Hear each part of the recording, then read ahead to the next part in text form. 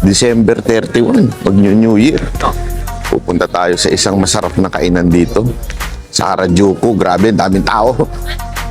Paladyo. Buti na lang, walang snatcher dito. Kung hindi, ako po, patay tayo dyan. Kasi na si Mocha, nawala na. Dami ng tao, nawala na tayo. Patay kang bata ka. Asa na si Mocha? Eh, puro sale kasi, oo. Muntakin mo. Daming sale, oo. Asan ka? Order ka na. So, yun na nga. Nandun na daw siya. Oo nga, ito na nga. Pakit na nga. Ayun na nga. Pakit na nga. Pati ka kasi magpa-reserve. Anong gusto mo ito? Drinks. Apple juice. Yes, 2 people. Okay. We have the same store in the next building. You can get more stuff. No, it's okay. I'll just reorder this. Okay.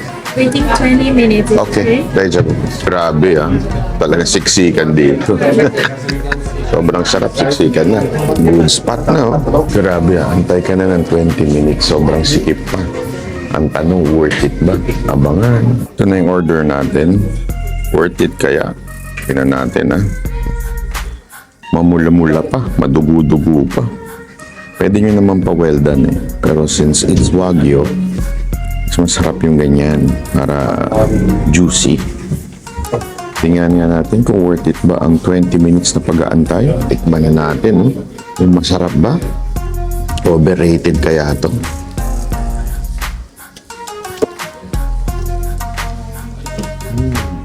Lasang-lasang yung steak Juicy.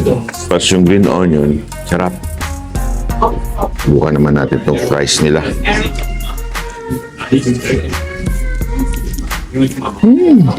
Babalikan mo pero hindi araw-araw. Pero yung isang order, kasya na yung dalawa. Sarap yung ginagawa ko sa bahay. Isang ganito, kasya sa isang tao. Conclusion po natin mga kababayan ay para sa akin po, masarap siya. Okay din siya. Ang presyo niya medyo may kamahalan kasi Wagyu nga 1,200 pesos sa atin ang isang sandwich. Pero kaya naman ng 2 tao yun kumain. Masarap naman siya. Kaya lang, medyo hassle pumunta dito sa Harajuku. Maraming tao lagi. Siguro kung hindi holiday o di kaya naman weekends, siguro konti lang. Pangalawa, medyo masikip sa likod, sa loob pala. Sa likod kasi natin Medyo masikip sa loob. Talagang medyo uncomfortable para sa isang buong family. Kung isa o dalawa lang kayo, okay lang. Pero kung buong family, so, hindi siya ganun ka convenient. So, para sa akin, babalikan ko ba to o hindi? Hindi.